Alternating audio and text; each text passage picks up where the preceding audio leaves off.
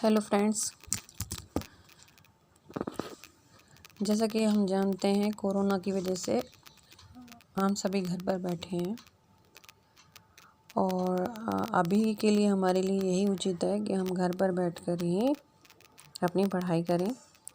और ये भी है कि रीट की वैकेंसी आने वाली है और आप सभी रीट की तैयारी कर रहे हैं। इसी बात को ध्यान में रखते हुए मैंने संस्कृत के लिए और जीके के लिए वीडियो बनाने का निश्चय किया है। और मेरी राय ये है कि जब भाषा का चयन आप करते हैं तो हिंदी भाषा के साथ द्वितीय भाषा में आप संस्कृत भाषा का चयन कीजिए। यदि आप संस्कृत भाषा का द्वितीय भाषा के रूप में चयन करते हैं तो आपकी मेरिट अच्छी बनेगी।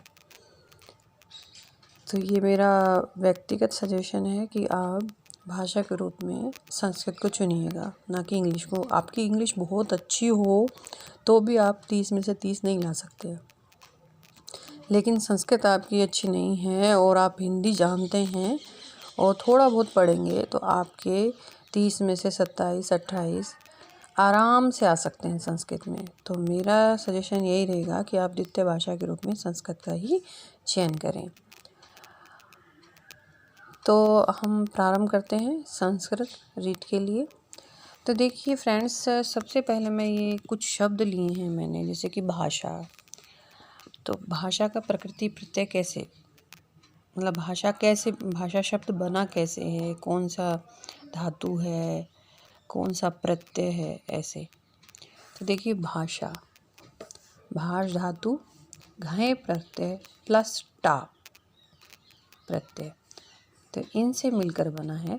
घय से ए आया और टाप से आ, फिर दोनों ए प्लस आ अकय सवर्ण दीर्घ से दीर्घ संधि हो गई और भाषा शब्द बना। ऐसे ही संस्कृतम, संस्कृत पढ़ रहे हैं तो इसका हमें प्रकृति प्रत्यय तो पता ही होना चाहिए। तो सम उपसर्ग प्लस सुट प्लस डू क्रय, इसे सामान्य बोलचाल में क्रय भी बोलते हैं, प्लस कत प्रत्यय प्लस नपुंसक लिंग में क्या शब्द बनता है, संस्कृतम।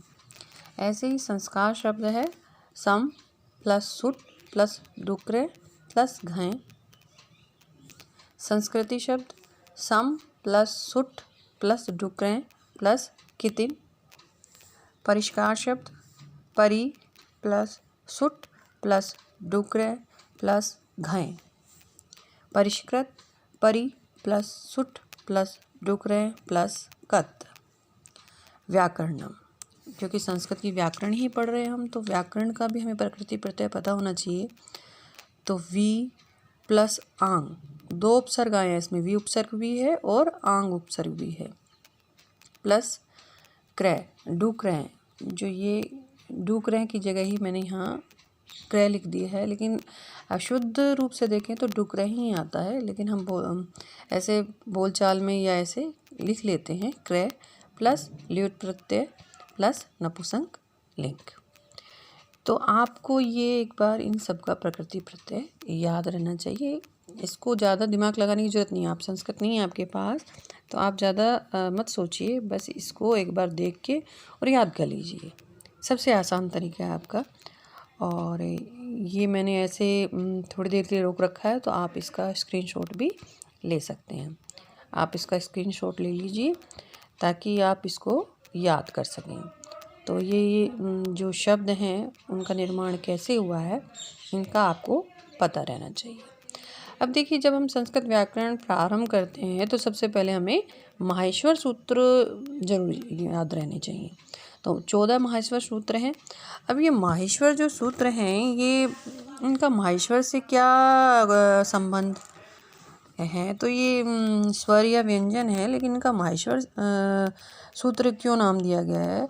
तो दोस्तों, मैं आपको बताना चाहूँगी, क्योंकि ये जो 14 सूत्र हैं ये हमारे भोले बाबा ने जब अपना डमरू बजाया तो 14 तरीके से बजाया, 14 बार बजाया, 14 नाद उत्पन्न किए। तो उनसे ये जब 14 बार बजाया, तो जब जैसे पहली बार बजाया तो अ ई ऊण की ध्वनि उत्पन्न हुई। ऐसे ही दूसरी बार, ऐसे ही 14 बार जब बजाने से अलग अलग ध्वनि उत्पन्न हुई तो उसी के बेस पर ये स्वर व्यंजनों हमारे यहाँ उत्पन्न हुए। यही मान्यता है, यही माना जाता है। तो माहेश्वर सूत्र हमारे जो संस्कृत व्याकरण है उसकी एक तरह से रीढ़ है। उसको माहेश्वर सूत्र को तो याद करना अति आवश्यक है। तो मैं आपसे ये कहूँगी कि आप इन्हें ज़रूर याद कर लीजिए। और कोई टफ़ कार्य नहीं है, हार्ड वर्क नहीं है ये, आप आराम से इसे याद कर सकते हैं। जैसे पहला है अ ई ऊण, अ ई ऊण। दूसरा री रिक, रील रिक। तीसरा ए ओंग। चौथा आई औच, है ये वेरेट, लैण, ये मैण में। झै भैये, घै ढै धैश, जै बै गैड़ दैश। खे फै छै ठै थै चै टै तै वै, कै पै यै, शै शै सै रै, है लै हल।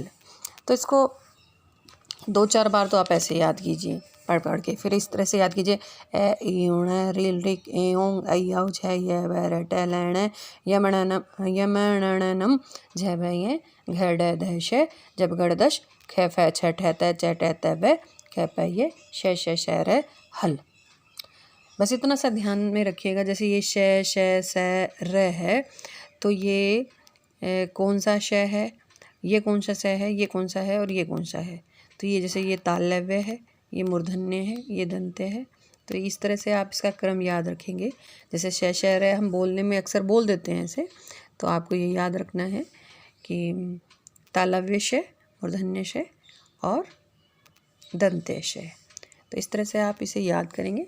तो आज के लिए आपका यही होमवर्क है कि आप इसी को याद करें, तो धीरे धीरे हम बिल्कुल पूरा कंप्लीट कोर्स कर लेंगे और आप पर बर्डन भी नहीं आएगा। तो आप इसका एक बार स्क्रीनशॉट ले लीजिए माहेश्वर सूत्र का भी, ताकि आप इसको फिर पेन कॉपी से अपने एक रजिस्टर बना लीजिए, उसमें उतार के और इसको अच्छे से याद कीजिए। धन्यवाद। और अगर आपको मेरा ये प्रयास पसंद आया है तो नीचे मेरी वीडियो के नीचे यहाँ रेड कलर से सब्सक्राइब